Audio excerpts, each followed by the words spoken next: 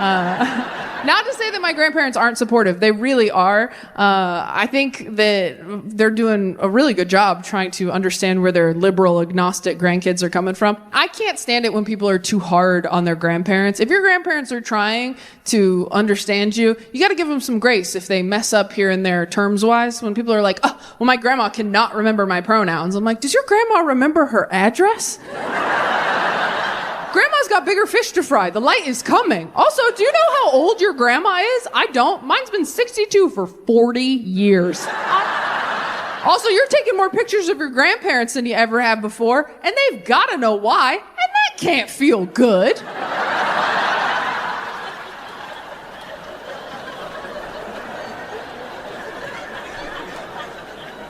My grandparents are the best example I have in my life of Christianity done right. They're very loving, forgiving, non-judgmental people. But my siblings and I are all agnostic because we didn't grow up with that type of Christianity. We grew up in our scary Christian house. And when you grow up with something that hurts you as a kid, you don't really want it in your Barbie dream house as a grown-up, right? I also don't wear belts or use wooden spoons. That's not a coincidence. Oh, thank God. We were all lightly abused. Again, did that joke in Sweden, thought they were gonna call somebody. There's nothing worse than admitting to a room full of people that you got hit when they got tucked in at night. It is humiliating. No, I don't keep anything in my house that hurt me as a kid. No Bibles, no belts, no bridge to Terabithia.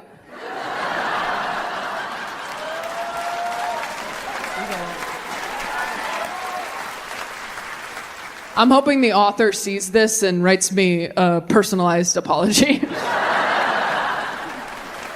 I do think that when you grow up in a scary religious environment, you spend a lot of your young adulthood untangling who you are from who they wanted you to be. Like, I just came out. I have to be honest, my career is going very well right now.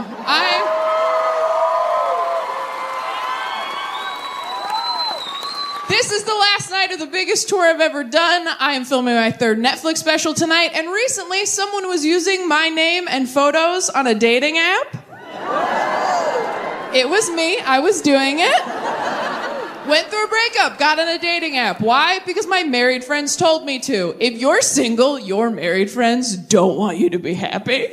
They don't. They want you on those apps because the apps look fun and they can't go on them. So they want to stand behind you like a kid at an arcade with no fucking quarters while you fight for your life out there. They're like, go left, go right, go left, go right. You're like, do you want to play? They're like, more than anything. But I have the highest score, so it wouldn't be fair. Your married friends don't want more married friends. Nobody wants more married friends. I'm sorry if you're married, and I know you're up front because two-income household. Nobody wants more married friends, okay? Because your life updates are boring. I'm happy you're settled. Good for you. You know who has fun life updates? Your single friends, because we're out there in the trenches making mistakes named Trevor, usually. Have you asked your married friends what they did over the weekend? You're like, what'd you guys do this weekend? They're like, oh, you know, just woke up next to my soulmate again. Then you ask your single friend, you're like, what'd you do this weekend? They're like, I woke up in a shallow grave. You're like, why are you proud of that? Did you have sex in a grave? They're like, why do you think we dug the grave? Do you guys have that one single friend who thinks she's really hot and fun, but she's actually just in constant danger all the time? That one girl, every time she tells you a dating story, you're like, oh my God, okay. No, we're not judging, but maybe just share your location with us indefinitely. I have one friend like that. Every week she tells me the scariest stories I've ever heard in my life. Just like, I had the hottest date Friday, Taylor. I'm making out with this guy at a bar, so sexy. Takes my hand, he's like, let me show you something. Pulls me back through the kitchen, into the back alley, pulls out his huge gun. Points it right at my face, like, give me your phone, your keys, and your wallet. I'm like, okay, kinky, I'll try anything once, right? He hits me in the head. I wake up 30 minutes later, alone in a puddle. I have to hitchhike home. Oh my God, I am such a Samantha. And they're like, okay, we think you got mugged, babe. We think... She's like, mugged? Oh my God, you're such a prude, Taylor. He's gonna call me. He has my phone. Seriously, you'll meet him. He took my breath away. We're like, no, he knocked the wind out of you. Your friends always say the dumbest shit when you go through a breakup, trying to be helpful, right? Like, well, why don't you just date yourself? Because you told me not to settle. What the fuck? I can do better than me. single for a year. Why can't you go for a walk without headphones? Because you'll think about death the whole time. Exactly. Of being single. I used to just jump from relationship to relationship to relationship because I was so scared that I was going to die alone. And now that I'm older, I'm like, I'm not going to die alone. I don't go hiking by myself, all right? Someone will be there when I die. A doctor, a murderer. Someone will bear witness. But I've been single for the last year now, and it has been the most relaxing year of my entire life. It has been lovely. Waking up every day going, oh, no one's gonna make me cry today but me. The peace, it's lovely. Here's the thing. Being single is not what sucks. Dating is what sucks. And you can opt out of that. Dating is what's shitty. The constant push and pull of hope and disappointment. Dating feels like being a stuffed animal in a claw machine. Like, oh my God, it's happening! No, it's not.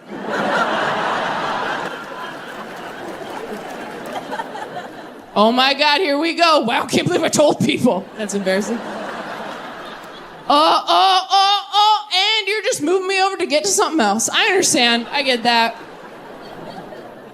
And things change so quickly as you're getting older too. I had a friend, I didn't talk to her for a couple weeks. I called her to catch up. She goes, you'll never guess. I think I met my soulmate on Bumble. Gone, just like that. They're getting married this spring. We were lying in the same pile of stuffed animals for years. I closed my eyes for 2 minutes, and when I opened them, she was outside the glass going, it'll happen for you too!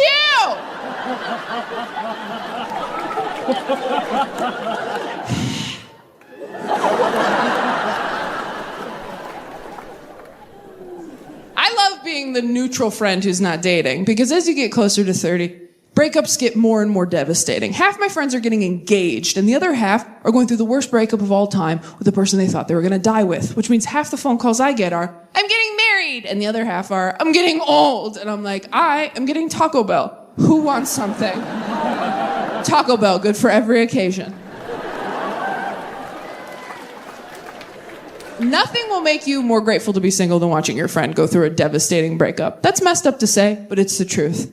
I have a friend just went through a breakup, still follows her ex on social media because they're trying to be mature and evolved. Rookie mistake. Her ex just posted a photo of him and his new girlfriend, who is a model. I know, don't worry, we all called her. We're like, hey, how's it going? Have you been online today? Because we were thinking maybe doing like a no screens day. We were thinking maybe we just power down, get a quilt, find a field, maybe crack the Bible open one more time. I don't know. She's like, I already saw it. We're like, oh, we're too late. Okay, are you okay? She's like, no, honestly, I wish he was just like dating a man instead. And we're like, oh, you are so problematic, Trish.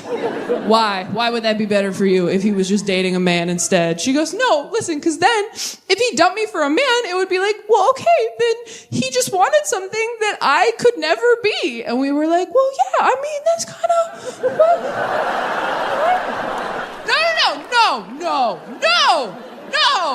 No, we think you're so pretty, babe, but like a model? Like that's kind of like a different, like look around. Don't you think if you were a model, we'd all be models? But this isn't Model Squad. This is Personality Squad. Like this is a different team you're on. We have another friend who just got cheated on, which is crazy. You can't cheat anymore. It's not the 90s, you idiot. Your phone is tracking your every movement. You're going to get caught. You're going to go out and buy your side chick flowers. Your wife's going to get a text from Bank of America like, we noticed that Steve was being thoughtful? That just seemed like suspicious activity over here at BOA, because we know that POS. I think it's important to hang out. I do like having sex with men sometimes. I will say, does anyone like sucking dick for real? Does anyone really? Yeah, oh wow, good for you. Just a quiet hand raise. That's beautiful. That's so nice. Wow, heroes among us. Good for you. I like sucking dick the way I like going for a run. I'm proud of myself after. But during, I'm always like, why'd I do this? I didn't have to do this. There's other ways to get where I'm going. But then afterwards, I'm always like, wow, the power of the human spirit. Really is all mind over matter out there. But then during, I'm like, people should be throwing little cups of water on me for being so brave. But then afterwards, I'm like, nice. Got my time down.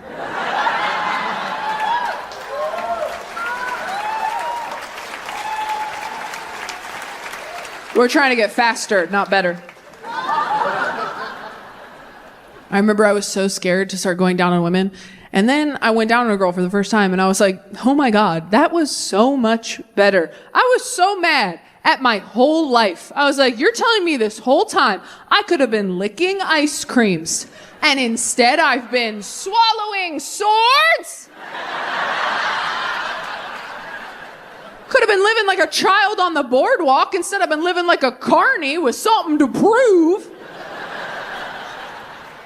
Not that I'm like killing it at queer dating. I am not. I'm running into obstacles I never thought I'd face. I got dumped by a polyamorous person. You ever been dumped by a polyamorous person? It sucks. It's like getting fired from a part-time job. They're like, you can't even work here Mondays and Tuesdays. Holy shit. I didn't think I was gonna like dating somebody poly. She was poly, I was busy. But it actually ended up being the most honest, transparent, communicative relationship I'd ever been in. And I was totally in love with her. And she dumped me because I worked too much. And let me tell you something, Grand Rapids. When I started dating a polyamorous person, I did not think it was gonna end because my lifestyle didn't work for them. I know some of you don't believe me. You're like, there's no way you liked being poly, Taylor. You are not cool. You reek of monogamy. I bet you masturbate to Bridgerton. And you know what? I don't. I have, but I don't. That joke's not going in the special. There's no way. No. That's way too vulnerable to put on Netflix. We'll not be doing that. Unless it helps the algorithm. We'll have to talk about it. If Netflix was like, if you liked Bridgerton. Listen to that.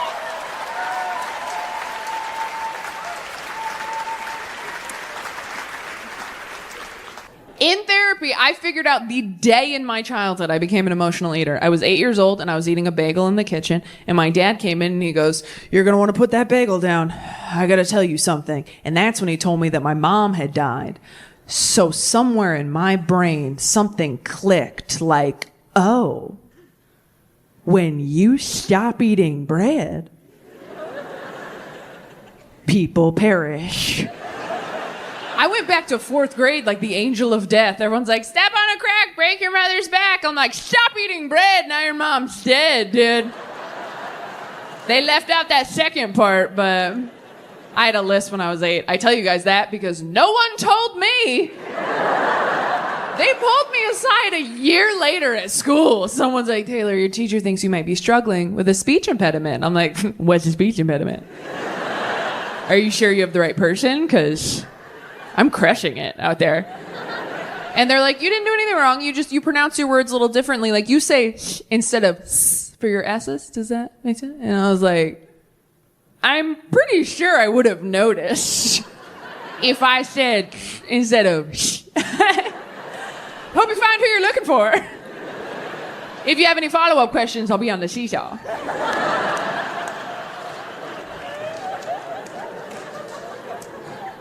I know dead mom jokes make people uncomfortable. I know that. And if you are uncomfortable, I don't know what to say. You should have worked harder, so it was you up here.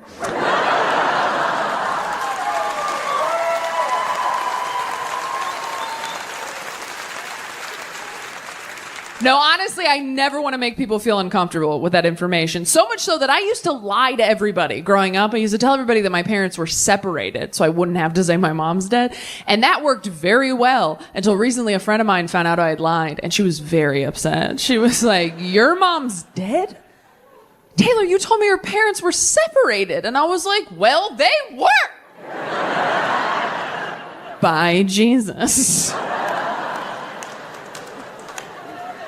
Both her parents are alive, so she has no idea how funny that is, but she'll get it eventually, right? Like, that joke is a slow burn. Kind of like cancer, which is what got mine. Hey-o! Okay, all right.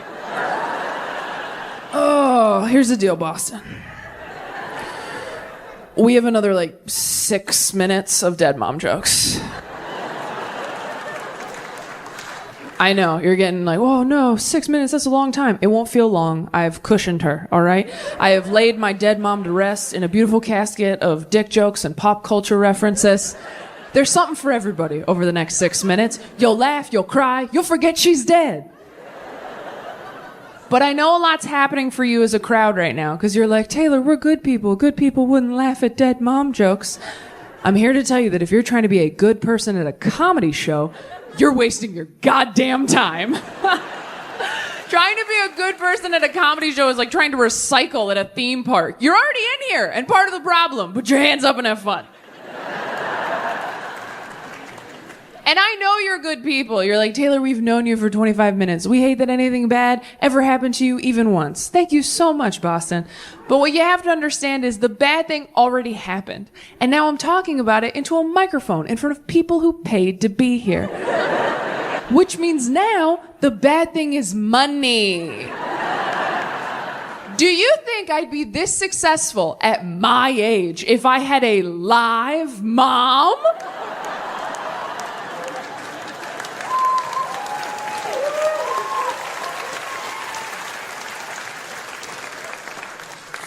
No.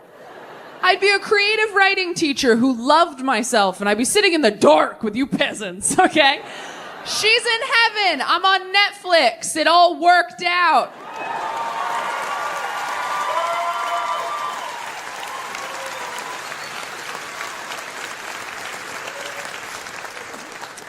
That is a real thing I said in therapy. To which my therapist responded, you should come in twice this week.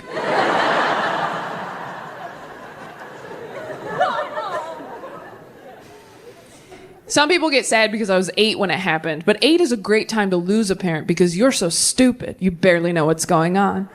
For work, he and I have very similar jobs. We're both out here on the weekends, changing lives. No, he hates it when I say that. He hates it so much. I'm always trying to talk shop with him. I'm like, hey, Jim, how was your early show? He's like, you know, it's first service, Taylor. I'm like, well, I just noticed you had a heckler on the late one. He goes, that person was yelling amen and hallelujah to agree. I'm like, that's the worst kind of heckler, Jim, because they're being supportive, but they're still disrupting your flow, right? I go, you know, I donate 10% of what I make, too. He's like, to who? I'm like, my agent, but it's still a tithe. I'm like, I'm kidding, Jim. I know we don't do the same thing. Doesn't remember what it's like to be heartbroken. She's like, well, what are you going to do now? You going to get back out there? Are you seeing anybody? And I was like, nope, just going to focus on my career for a little bit. And she's like, well, why can't you focus on a career and a relationship at the same time? And I was like, how do I explain this in a way you might understand? Why can't I focus on a career and a relationship?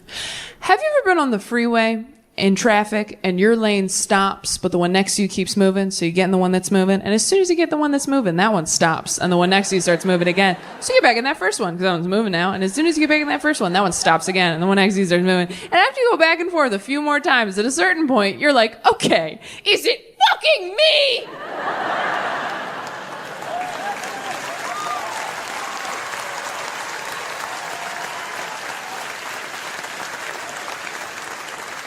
And she's like, yeah, I don't know if I get it because, you know, John and I, we usually just boop, get in the carpool lane.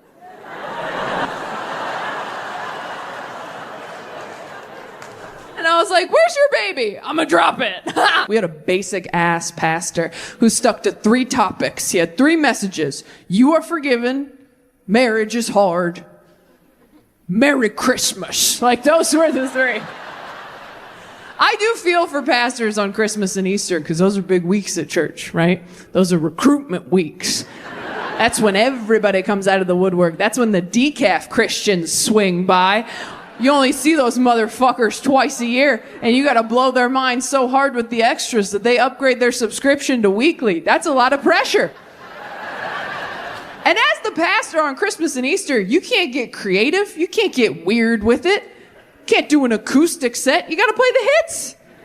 You gotta tell the stories, right? Easter's a better story than Christmas, in my opinion. If you don't know, Easter is the crucifixion and resurrection of Jesus Christ. It's where all of our merch is from. You've seen it. You've seen it. Dead guy up there, but tasteful, somehow very tasteful. Makes you think about your own death, like, ooh, hope I die in a way that looks good on jewelry, right? Think about it. When grandma died, were you like, ooh, slap her on an anklet? No, he's really doing it up there. I'll stop doing it. I'll stop doing it. We're all familiar. But Easter's a great story. There's a lot of action, right? It's the crucifixion, the resurrection. It's Jesus in his prime, early 30s, ripped. We betrayed him, we killed him, he's back. It's basically Twilight. It's a sexy story. I'm kidding. Twilight belongs to the Mormons. Don't take that from them, okay? They can't have caffeine. They need something to wake them up. Christmas is not as good a story. It's just not. The birth of Jesus, it starts off strong, right? An angel comes down from heaven, tells Mary, I know you're a virgin, but you're pregnant with the Son of God. Oh, shit. And then the angel has to go tell her boyfriend, Joseph, because believe women wasn't really a thing back then. So the angel's like, it's God in there, I promise. And then what? Then the angel leaves. Then it's just a long walk to a barn. That's most of Christmas, is just this right here. Jesus is barely in it. He comes in right at the end. He does zero magic. It sucks. Jesus is basically the post-credit scene in a Marvel movie. It's trash. Sucks.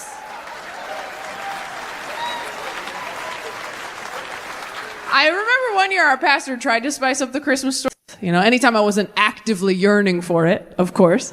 Oh, good, some depression in the room, thank God. I did that joke in Sweden. They just stared at me. They were like, huh? Sad for no reason? But how? They didn't get it. A lot of this hour, Europe didn't get. They were like, God, we have healthcare. They give you God instead of healthcare? That doesn't seem like the same thing. If you have depression, you have a pretty complicated relationship with death. You sort of look at death like it's the Phantom of the Opera. Most of the time, you're like, oh, that's scary. But then sometimes you're like, I mean, that side of his face is kind of hot. Hear me out. I could live underground. I don't know. This section is sad. I've been trying to face my fear of death head on this past year. I wrote a will because a lot of my friends were getting married, and I was like, I want to sign a scary document. I learned so much. If you don't have a will, you got to write one with a professional. That panicked note you write on your phone during turbulence, that will not hold up in court. They taught me that. I thought for sure that was fine. Nope. Here's what I learned. I did not know this. If you die unexpectedly, your closest living relatives are your parents, not your siblings, which is what I thought because I'm dumb. So if you die unexpectedly, your parents will inherit everything you own, unless you disinherit them in writing, like the petty bitch you are, right? And I know some of you are sitting there right now going, well, whatever. I don't have a good relationship with my parents, Taylor, but I don't really have anything for them to inherit. Do you have a TV? Do you think your shitty dad deserves an extra TV? You think your death should feel like winning the Price is Right for him? Fuck that. Call a lawyer.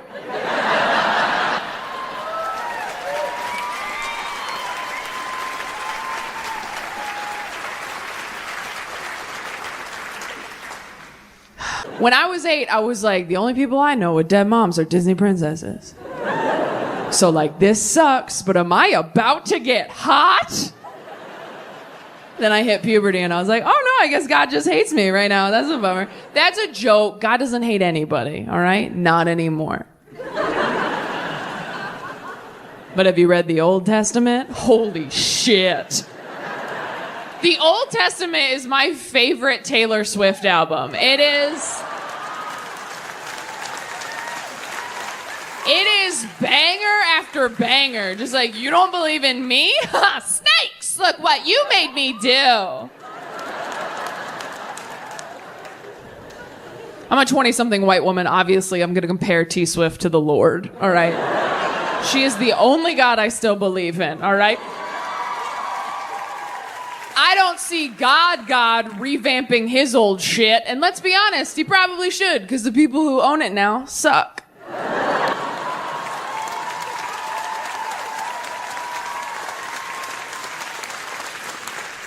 It does grow you up very quickly, losing a parent that young. I mean, I saw a dead body when I was 8, which means I saw a dead body years before I saw a dick. And that is not the order this shit should go in, according to the American Girl Body Book. Although maybe it should be, because you know what's crazy? A dick, way more traumatizing than your dead mom. Oh my God, it's so much worse. I saw my mom, I was like, that lady used to make me snacks, now she's very still. I saw a dick for the first time, I was like, oh my God, who took Jabba the Hutt's eyes?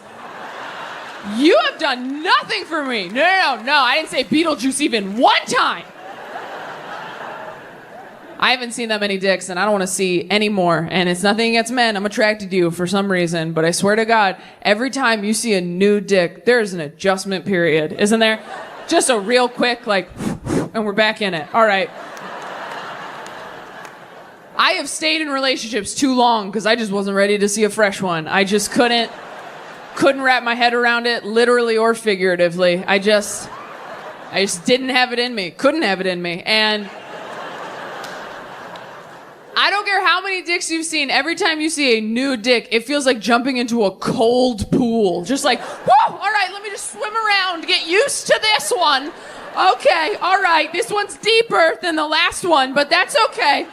That's all right. This is why we take our arm floaties, you know, for moments like these.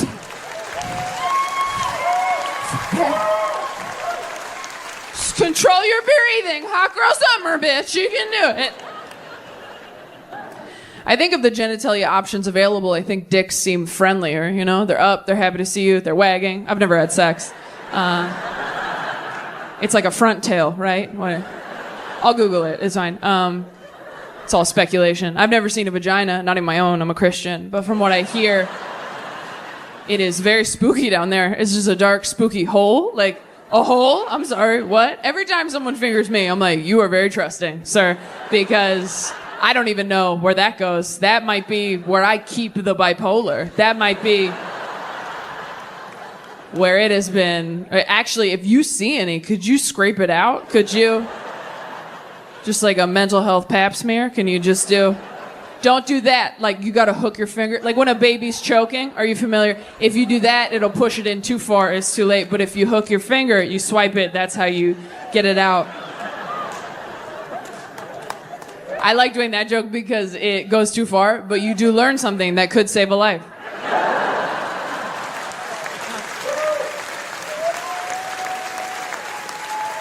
I just love the idea of years from now, someone being like, if it weren't for that dick joke, my niece would not be here.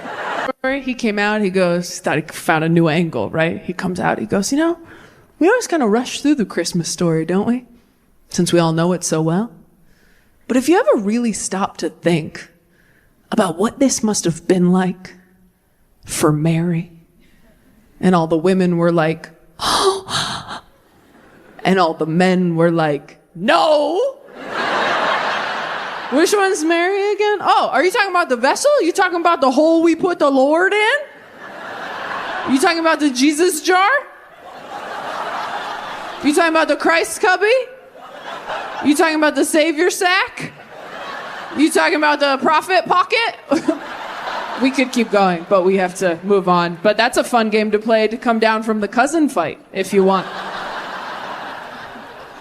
That Mary POV sermon went over so well for him that he came out the next year all excited. Like last year we talked about what it must have been like for Mary to find out she was pregnant with Jesus.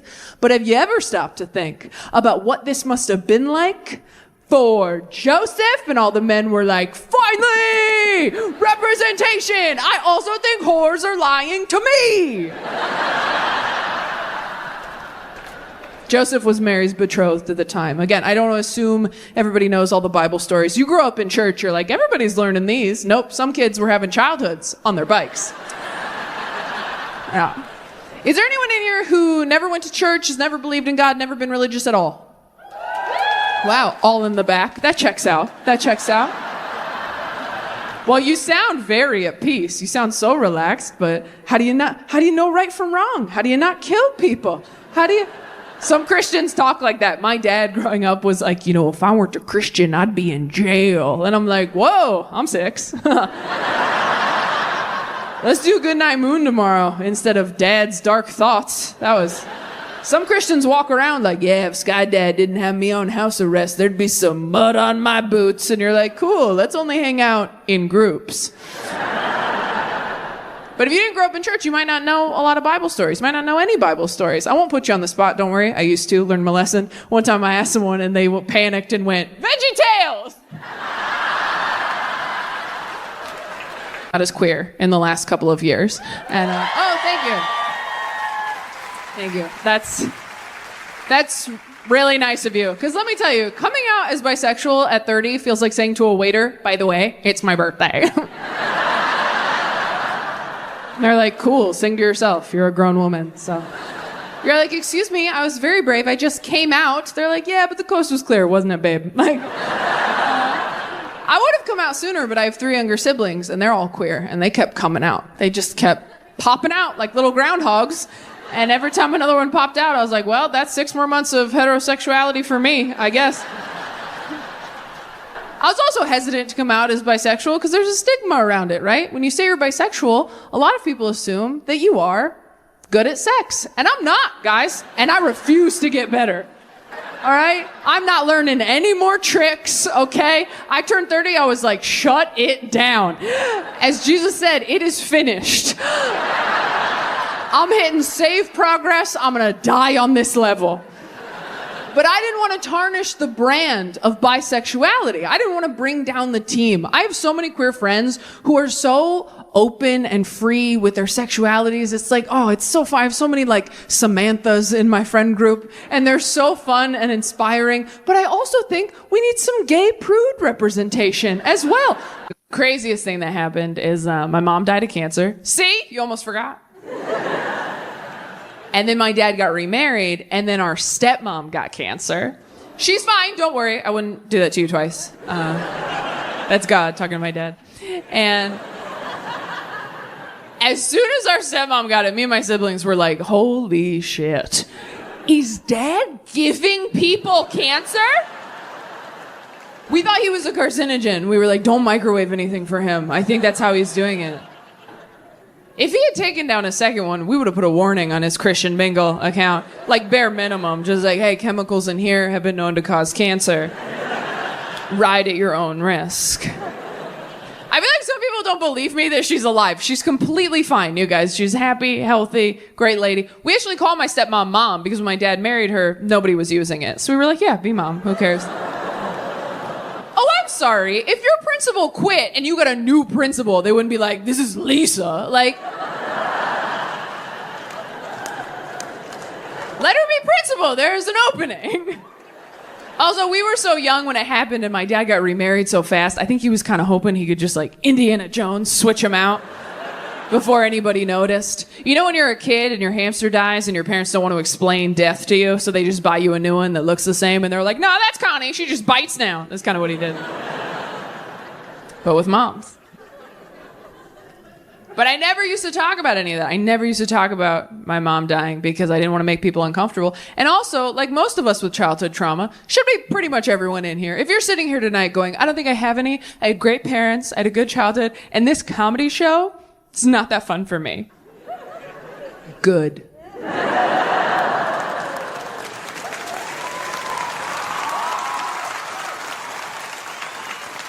I hope this is the worst night of your whole life. Because it sounds like it's been smooth sailing. And you might need some perspective. But most of us did have some childhood trauma. And when you get to be an adult, you're like, whoo, made it. Never have to think about that again. Look at all my keys. The world's my oyster. And so you just start pushing all that dark stuff that happened to you as a kid down, down, down until you don't even think about it anymore. And that works for a long time. Until one day, you stub your toe really hard on a curb and you just start weeping uncontrollably in the street. And you're like, okay, this is about something else. I was keeping all my trauma in that toe. And then I jostled it and now it's everywhere. Go back in. And if you don't deal with that stuff, it's going to keep affecting you in ways you are not even conscious of. With the guy she's dating, I was like, really? She goes, yeah, would you ever have a threesome? I was like, oh my God, no. I didn't want to hang out with 2 other people. I've never been in the middle seat on a flight fighting for an armrest, like, wish we were all naked. That would be cool.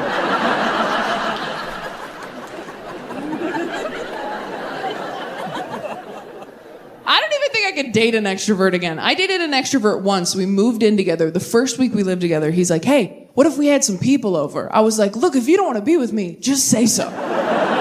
You want to have people over? Over what? My dead body? If you're an extrovert and you're in love with an introvert, you gotta understand, asking us to invite people over is like asking us to do anal. Watch our face change. Like, I'm sorry, is it your birthday? Seems like a big ask for a random Tuesday. I live alone now, it's incredible. I fall asleep in the middle of the bed like a boy king, just like, good night, Joffrey. It's fantastic. I eat all the food I buy. Every grocery I buy goes mere, it goes bad. That's power, DC. Yeah. If I clog the toilet at home, I don't have to deal with it right away. That's freedom, DC. When I lived with a man I was attracted to, I was always like, no, please, toilet, don't tell him I'm a human woman. I beg of you. Take my dark secrets to your watery grave. Remember our bargain. Now I'm like, you loser, toilet. That's what lids are for. You want to see the sky, do your job.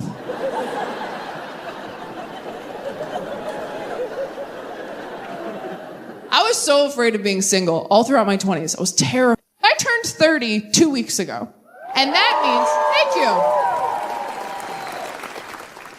means that I have spent the last 14 years of my life trying to get good at this, trying to get good at stand-up, trying to have the career that I am now fortunate enough to have. Thanks to all of you, honestly, yeah.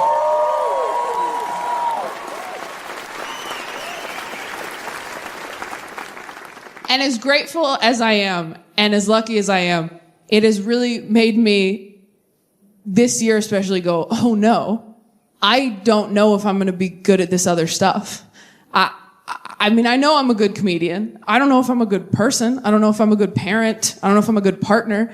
This hour of material that I'm doing right now, that's like, can I have it all? I don't even know. This is not a bit, DC. I am genuinely concerned. Because I know how hard it is to do this job and be in this business and have a family. I see how hard friends of mine work at it. I also see how little work people put into it. There are a lot of people in this business who are like, you can have kids and travel. They got FaceTime now, which feels like tying your dog up outside a coffee shop and going, I can see him through the window. He's okay. And I still have a lot of childhood shit that I'm working through on my own. I don't want to put that on a kid, right? Like, I was watching a TED Talk recently. Sorry, I was watching a TikTok recently. I always get those confused. The information's still good, it's just vertical. That said, if you have childhood trauma you are still working through as an adult, you need to learn how to parent yourself as a grown-up. So I've been trying to do that in order to heal. I've been trying to parent myself. But I kind of feel like I got pregnant with me in high school. And I was not ready for this responsibility. And now I wake up every morning, totally overwhelmed, trying not to shake me. Like, okay, if I let you watch TikTok on my phone for 30 minutes, will you please stop crying? All my friends are like, are you okay? I'm like, no, I think I have colic. I kept me up all night. I love TikTok, but you know what's so funny to me about TikTok? All these kids on TikTok who are like lip syncing and dancing and like pretending they're in a music video, right? We all did that growing up, didn't we? Yeah, like alone in your room in the mirror, hairbrush, of course. But if anyone had walked in on you doing it, you would have killed yourself, right? And these kids are online, like, I hope millions of people see this. It's like, you could benefit from some bullying, I think. Might have overcorrected a bit.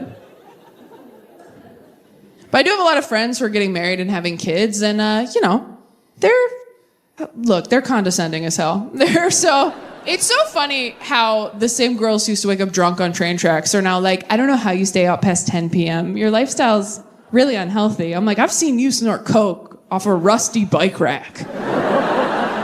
But you keep sniffing that baby's head like we all forgot.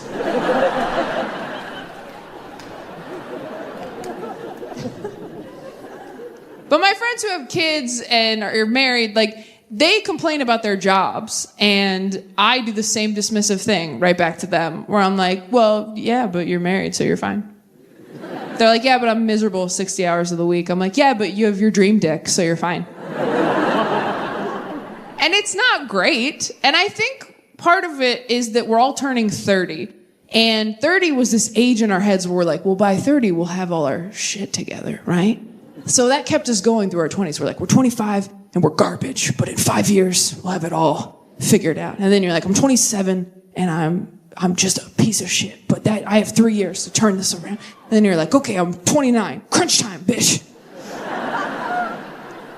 And now that we're all 30, we're like, oh shit, our lives are not going exactly as we always pictured them.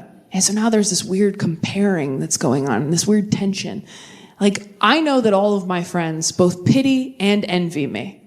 Just like I know that I both pity and envy them, right? I know my friends look at me and go, yeah, I mean, I would probably focus on work if I was all alone. And I go, yeah, I'd probably have a bunch of kids if I had no talent. So we're all...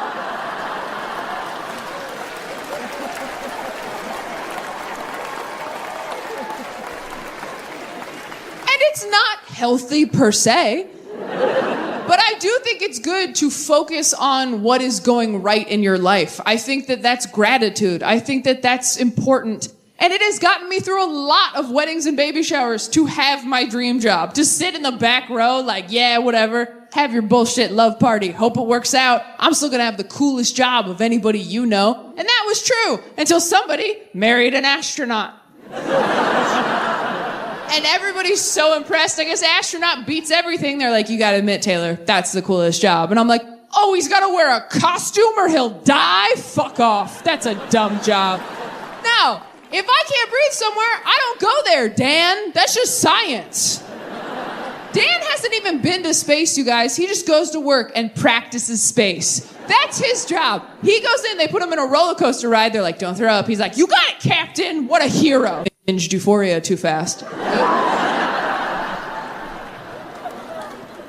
Because I've been trying to date women, but it is so hard. I don't know how to get women to like me. I know how to get men to like me. That's easy. You just trick them. You just wait until they kind of like you, and then you're like, you don't like me. And they're like, yeah, I do. And you're like, no, you don't. And they're like, yeah, I do. And you're like, no, you don't. And they're like, yeah, I do. And you just do that until they get you pregnant, I think. You just have to turn it into a fun challenge for them. Like, bet you can't spend the rest of your life with me. And they're like, fucking watch me, you bitch. It's like when you ask a kid to take out the trash and they're like, no. And you're like, I'll time ya. And he's like, and you're like, see, you didn't even think you wanted to do that. He's like, who cares? I'm the fastest boy alive. Hitting on women is so much harder. It feels so much more delicate. Like, hitting on a woman feels like trying to skip a stone on a lake. Hitting on a man feels like throwing a brick through a window. I'm like, I don't even really care. I just want to see what happens. I'm not going to live here, right? I might be sexist. I'm hearing it now as I'm talking. I think I'm sexist because when a man rejects me, I'm like, this idiot. But when a woman rejects me, I'm like, she probably knows what she's talking about. So I was talking to a friend of mine about it because, you know, you don't want to just like, it's scary to just say you're bisexual because then someone's always like, fucking prove it. Here's a picture of Margot Robbie. Are you wet? Let me feel. Like everyone's real aggressive about it. It's weird. You gotta like prove it to people. But I was asking my friend about it and she goes, well, obviously sexuality is a spectrum. She watched Euphoria too. But she goes, I know that I'm super straight because I could not go down on another girl. I think that's gross. And I was like, okay. Let's think about this, Taylor. Why are you not going down on a girl right now? Is it because it's gross to you? And I was like, no, it's not that it's gross to me. It's that I really don't want to be bad at something as an adult. Okay? My brother is trans, my sisters are gay, and I identify as afraid. I am so afraid of failure. I can't even stick with new hobbies as an adult. How the fuck am I supposed to get good at... Getting good at going down on women to me would be like learning how to play the piano. I would love to have that skill. I would love to bust that shit out at parties, impress everyone. But I don't have the time or humility to sit down and learn new fingerings. I don't have it. I get halfway through Jingle Bells, I'm like, fuck, I suck. I should have started at 12. I'll never catch up. I already know how to play the clarinet. It is not my passion, but I have the respect of my peers. I have many years of experience under my belt, under someone's belt, under some belt. And when I was a kid, I didn't know there was another option. When I was a kid, they were like, you're a girl, you play clarinet. And I was like, what about piano? Could I play piano if I want? And they're like, sure, you can play piano. If you want to go to fucking hell. Anybody else religious trauma? Do we have any of that in here? Okay. I'm so sorry if you don't have any. I know I'm a broken record about it. I should shut up about it, but I keep realizing new things every year. For example, did you guys know that when you come, you're not supposed to yell, "Take that, Jesus"? Did you guys know that? I wish that was a joke, DC. I really do. But I had to make a lot of decisions when I wrote my will. I had to choose who was going to pull the plug if I'm in a coma. So I picked my sibling Bryn, because they are going to inherit my money if I die. And I was like, earn it, dude, right? I go, you decide when that money drops. And they were like, okay, well, if you're in a coma not responding to anything, what do you want me to do? How long do you want me to wait? And I was like, here's what I want you to do. I want you to start Parks and Rec from the beginning. And I want you to keep it playing all day, all night in my hospital room. If we get to the end of that show and I have not woken up yet, start The Office. And then when Steve Carell leaves, just kill me. Do not make me watch Andy be manager. Don't do that to me again. Don't do that.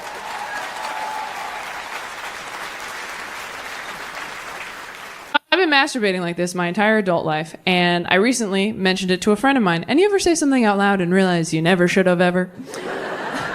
I said it so casually over brunch, didn't even think about it. I was like, oh yeah, I mean, I don't think about anything. Well, I do that. And she was like, what? She put her fork down. What? You don't think about anything? And I was like, oh no, I mean, I think some stuff, obviously. And she was like, what do you think about? And I was like, oh, just like, almost there, making good time.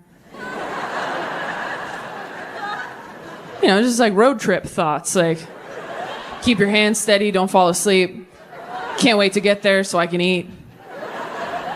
Better hurry up, Taco Bell's gonna close,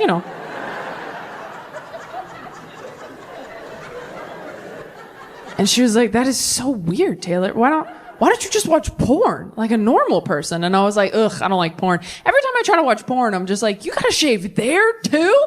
I'm tired and I'm cold.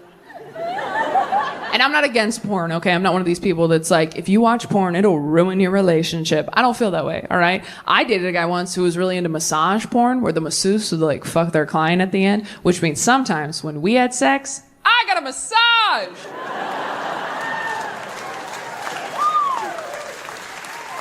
That's an example of porn working for you.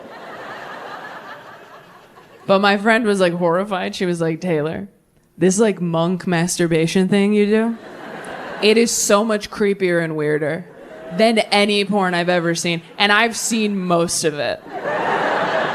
And she goes, there are so many different options porn-wise on the internet now. You just go home and Google porn for women, okay?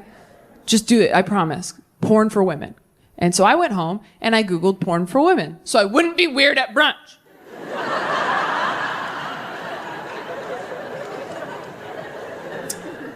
And a lot of surprising things came up when I Googled it. First thing that came up when I Googled porn for women was a link to Disney Plus, where all the Avengers movies are. Now, for me personally, they jump around too much. There's too many storylines. You're almost there with Loki, and now we're on Captain America. It's like, I have to start over. That's a different speed, a different pressure, and now there's a raccoon? No. The second thing that came up when I Googled porn for women was a website where real-life couples are uploading amateur sex tapes. Yeah, real-life couples are like, hey, we're so happy and in love. We thought that we would film ourselves making love and then put it online for you, a lonely person. Is it working? Are you wet? And you're like, not in the right place. No. But congratulations, what you have seems really special. But the last thing that came up when I Googled porn for women, I did not know existed. It's something called audio porn. It's exactly what it sounds like. There's no visual aspect. It's all audio. It's not really a porn star. It's more like a porn voice actor talking you through a sexy situation. It's like a podcast, except don't listen while you're driving. And because it's for women, that just means there's a story, right? Anyone can watch. They don't check.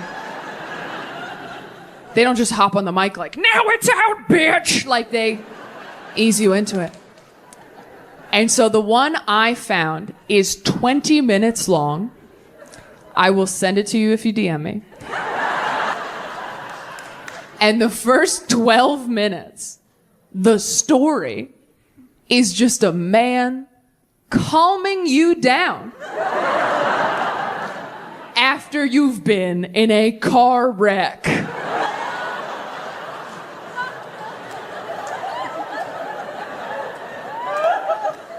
That is the foreplay. And you guys, I came so hard. I mean, I didn't even make it to the sex part. It was the comfort alone. He's like, it's okay, take some deep breaths, don't worry. The insurance companies will figure it out. I'm like, oh my God, that's right, that's why we have insurance. By the time he was like, what else can I do? Should I go down on you? I was like, nah, man, I got Allstate. I'm in good hands. But because I grew up in church, I see Bible stories everywhere, right? Like, here's some fun ones. What about the 200 foreskins story? Do you know that one? Yeah? That's a deep cut. So, in the Bible, David wanted to marry Saul's daughter, and Saul's like, you can marry my daughter if you bring me back the foreskins of 100 of my enemies. Which, like, whoa, Scorpio, am I right? Who has 100 enemies and is thinking about their foreskins? Like, someone was born in deep November. So Saul's like, get me 100 foreskins, then we'll talk. So David goes out, comes back with 200 foreskins, and that's where the phrase, if he wanted to, he would, ladies, comes from. Yeah. That's not from TikTok, that's from the Bible. What about Job? Have we heard of Job? Job? Got some Job heads in the house? Job was this guy in the Bible. He loved God so much. One day, God and Satan are talking. They don't really get into why they're talking, but, you know, sometimes you call your ex and everyone's like, what are you doing, right? So God and Satan are kicking it for some reason. And Satan goes, hey, God, I noticed that Job loves you a lot. And God's like, yeah.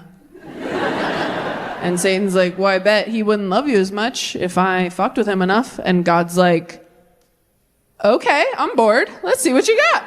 So Satan goes out and he ruins Job's life. But Job never forsakes God. And that is what How to Lose a Guy in 10 Days is based off of. Matthew McConaughey is Job. Kate Hudson is Satan.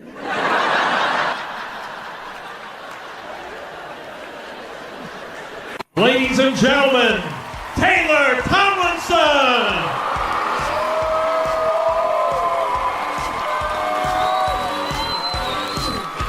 The boys wanna be her. The boys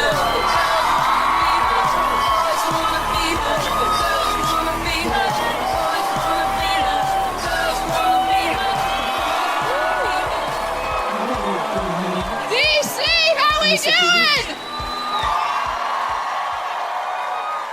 How stupid was that? I came up from the floor like I'm a fucking Jonas brother. I know that was silly, and it was my idea. I was so embarrassed that I thought of that, but it was too late when we got here to change it because men with jobs had built it. And we're operating it very well, I might add. And I was just like, we could probably just scrap it, right? They're like, well, this is like a week of our lives. So I know that was dumb. Thank you for indulging me. How we doing, DC? Thank you so much for coming. I'm gonna be the one who falls in love with a robot. Have you been honest with you? It's okay. It's gonna be me. That's why I don't use ChatGPT. I'm not ready for a relationship. And I'm holding strong now, but in a few years, when robot partners are available at like Best Buy, yeah, it's gonna be me drunk at the dinner party defending my robot husband to all my friends. Like, oh, I'm sorry, what even is a soul, you guys? Can you define it? That's what I thought. Also, I've met your lame-ass husband, Chelsea. Don't try to tell me you don't plug his ass in at night. Okay? Oh, it's a CPAP machine. He'll die. Whatever. His stories are long. Okay? Now show some respect. He's not an air fryer. He's the love of my life. Look him in the eyes when you talk to him. His pronouns are not it, that.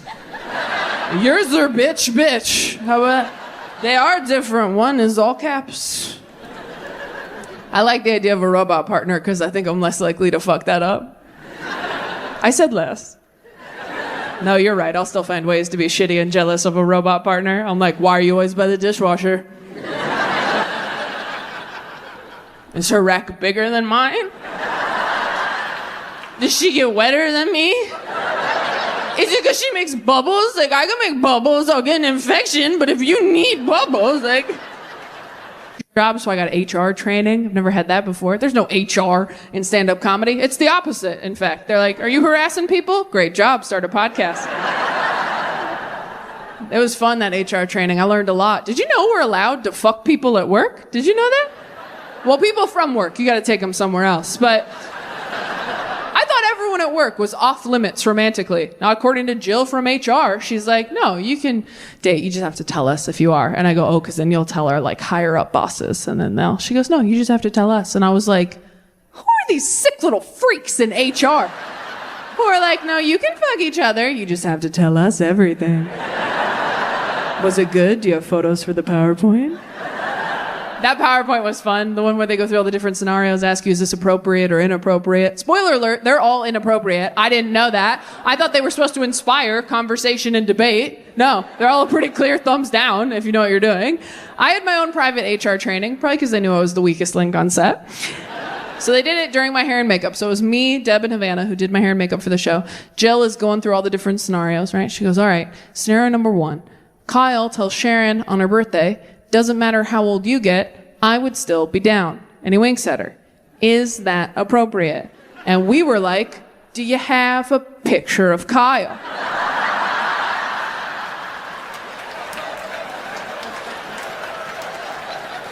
Is it the next slide? How tall is Kyle? What's he smell like? What's he working with? How old's Sharon? Is she ovulating? We don't have enough information to answer the prompts, Joe. I used to be a really toxic girlfriend. I've worked on it a lot in therapy over the years. I was a nightmare in my 20s. I was dating a guy once in my 20s, and we were laying on the couch one night, and we weren't fighting, and I thought that was weird. So I turned to him, and I said, hey, babe, if you found out that we were cousins, would you break up with me? And he goes, yes. And I was like, whoa, fast. No follow-up questions. You're just out like that. He goes, it's illegal, Taylor. I'm like, so are mushrooms, and we did those. Now you're this law-abiding citizen just because we're cousins? He goes, you're so wrong about this. Ask anyone we know. So I texted the 3 happiest couples in my phone, and I said, hey, if you 2 found out you're cousins, you didn't know when you met, you haven't known this whole time you've been together, you have the same relationship you've always had, but whoops, you're cousins. Would you break up? And they all wrote back, do we have to tell anybody? And I showed him my phone, and I said, that's what love looks like.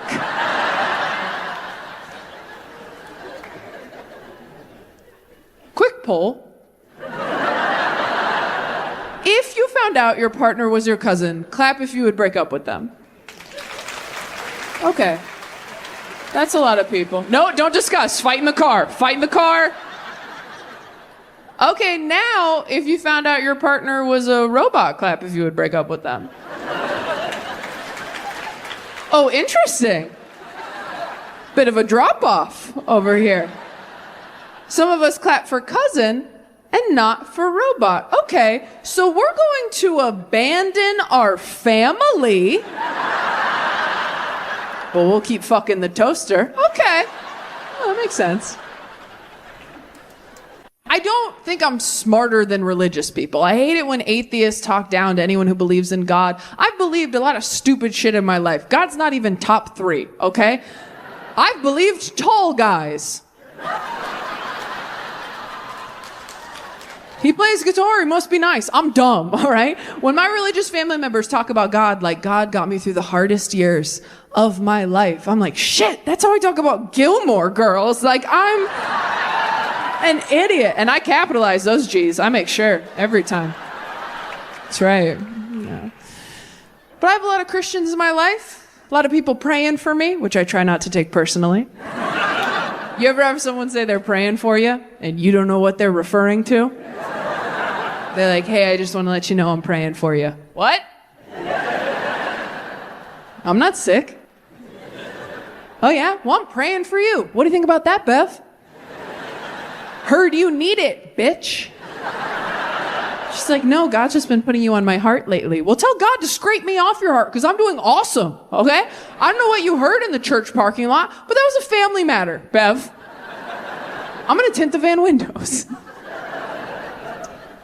I have a lot of cool Christians in my life, play an important role in their lives. I love to third wheel it with my married friends, go out to dinner, see a movie, because I love that moment when they walk up to meet me in front of the restaurant, and I can tell that they've been fighting in the car. Married people think you hide it so well. You're just like, let's just table it till later. Let's just table it till later and have a nice evening. And then you come in real sweaty like, hey, it's good to see you. Glad we're finally doing this. Did they bring bread? They should have brought bread. The bread should have beat us here. Hey, can we get some bread, please? Can we get something to do with our hands other than attack each other, please? How are you? Tell us about you. Don't make me look at her. Don't make me look at her. And that's when you, as a single friend, get to tell your married friends all about dating nowadays. You get to tell them about the ghosting and the catfishing and the deep fake AI porn. And you know they get back in the car a few hours later like,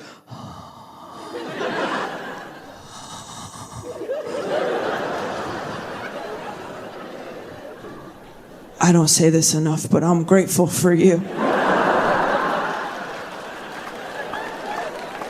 Hang out with your married friends. Go to their barbecue. I'd love to come. What can I bring? Ice, dessert, perspective. You want to know what the best part about being single is, though? My parents don't watch me do stand-up anymore. Don't worry. Don't worry. They're not interested. No Christian parents want to watch their daughter talk about depression and dick for an hour. It's not fun for them. My parents don't have a dark sense of humor, and I do, and I'm glad I do, because if you can laugh at the darkest stuff that's ever happened to you while it's still actively happening to you, sometimes that's what gets you through it. For example, here's a joke they will not like. Did you guys know that sometimes when you call a suicide hotline and the call drops, they do not call you back? Yeah, you think that'd be the time for star 69, but sometimes they just ring a bell in the cubicle like, lost another one, that's lunch. Some of you are tensing up like, did that really happen? Yeah, a few years ago, and it was fucking hilarious. I was on the floor of a DoubleTree hotel like, did this bitch just ghost me while I'm trying to ghost myself? That is, I mean, I've been left on red. I've never been left for dead. That's a new one. That is brutal. I wasn't even mad. For all I know, that's how they train those volunteers. Like, hey, some nights we get too many calls. Fridays are big for us. In those situations, you're just gonna have to use your best judgment, all right? Like, I usually wait for like a privileged white girl name, like a Chelsea, a Kelsey, a Taylor. Those are the salmon I throw back and hope they swim upstream on their own. Even if I was mad, what am I gonna do? Hop on Yelp? Like, 1 star, totally killed myself. You're gonna wish I killed myself after this review. I did that joke in Texas a few weeks ago, and there was a girl, white, my age, in the crowd who goes, and the wait times are ridiculous.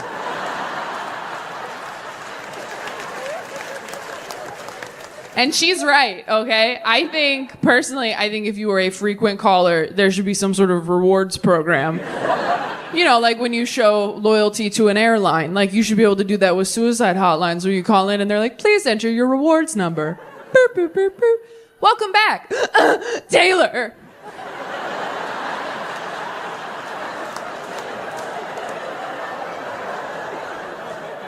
Thank you for your diamond medallion status. You are now 3rd in line.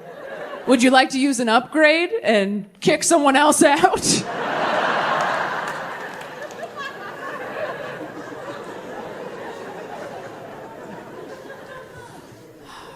My parents are still very, very religious. I had a parent die really young, so my siblings and I all have really dark senses of humor, right? Like, I was talking to my younger sibling, Bryn, recently, because you know how you and your siblings all remember different parts of your childhood? So sometimes you get together and you're like, all right, here's what I remember. What have you got? Okay, let's put this all out on the table and figure out what the fuck happened to us back there. So we were having a puzzle day at home. And I said, do you remember that hospice grief support group we got sent to for kids whose parents had died of cancer? And Bryn goes, oh yeah. Do you remember how not everybody's parents were dead yet? Yes, some of them still had active, I'm just saying, feels like they could have put us in different rooms, right? Maybe do a shirts and skins situation. But no, they were like, Christmas present, Christmas future, discuss. Something's coming around the mountain, you know what it is. That's not what I remembered about the group. What I remembered about the group is there was one kid in there whose parent hadn't died, his uncle had died. And, look, I don't want to be a bitch, but like our mom was dead. And it just kind of feels like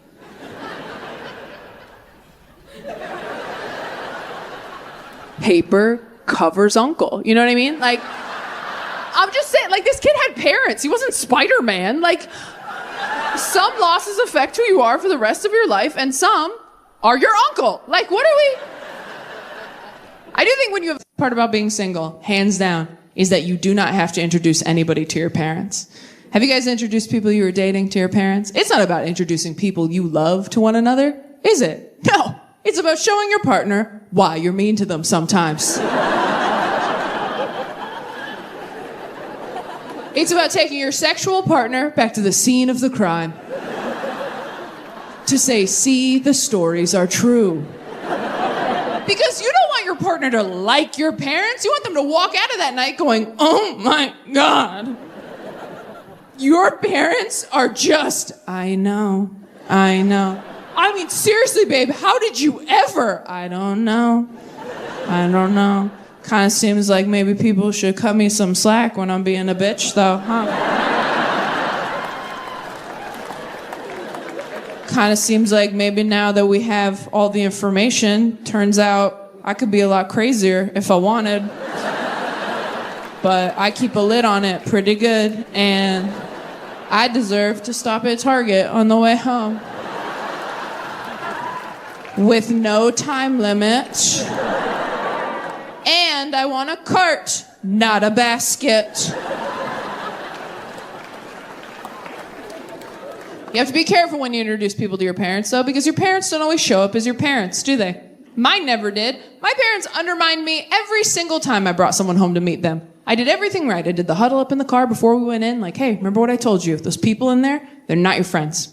Whatever they say to you, do not take that personally. It's not about you, it's about them. Do you want to write that on your hand in case you forget? No? You can look at my tattoo if you get scared. Let's do it. And then you go inside prepared for your parents to show their true colors, and your parents float downstairs. And they're just amazing all night. They're like fun, cool, laid back. Your dad's in an open Hawaiian shirt. Just a one-man conga line, topping off drinks, saying all kinds of progressive shit you've never heard him say.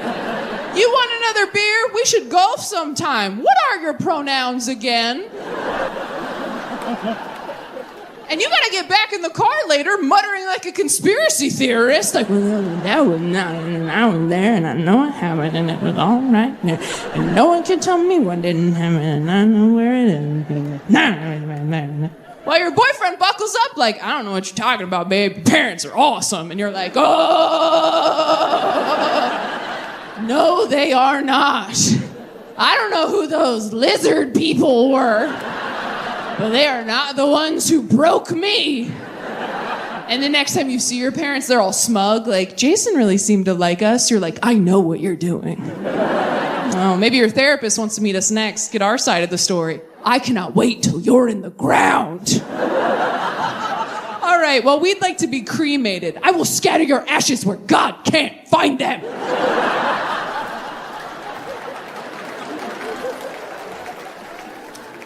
I will see you both at Easter.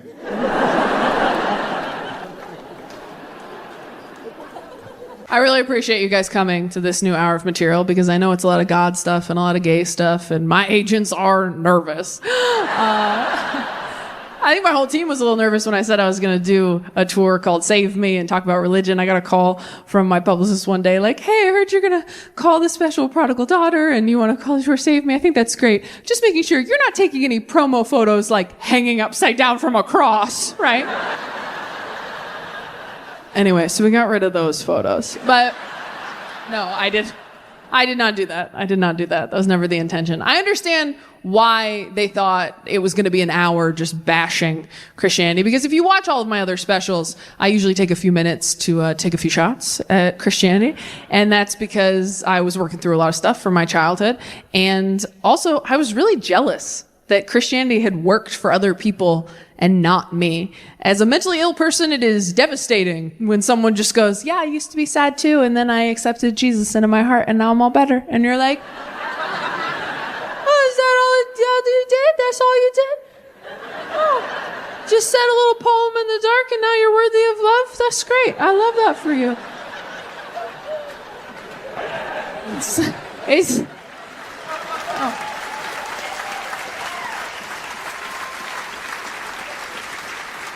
It's like when someone goes, yeah, I just stopped drinking soda, lost 20 pounds, all my acne went away. And you're like, oh my God, that's so cool. I hope your plane falls out of the sky.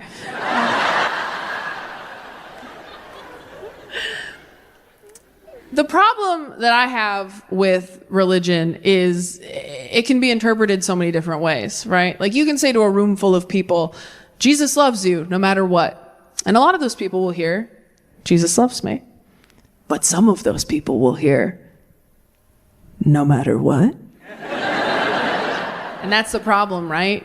Religion can be used as either a weapon or a tool. And to be clear, if you are using religion as a weapon to control, manipulate, scare people, to make yourself feel superior to everyone else, fuck you. That's not what it's for. You are not using that correctly. You're using a vibrator as a back massager and we're all fucking laughing at you. Because if God does exist, he does not exist to make you feel better than other people. He exists to make you better for other people.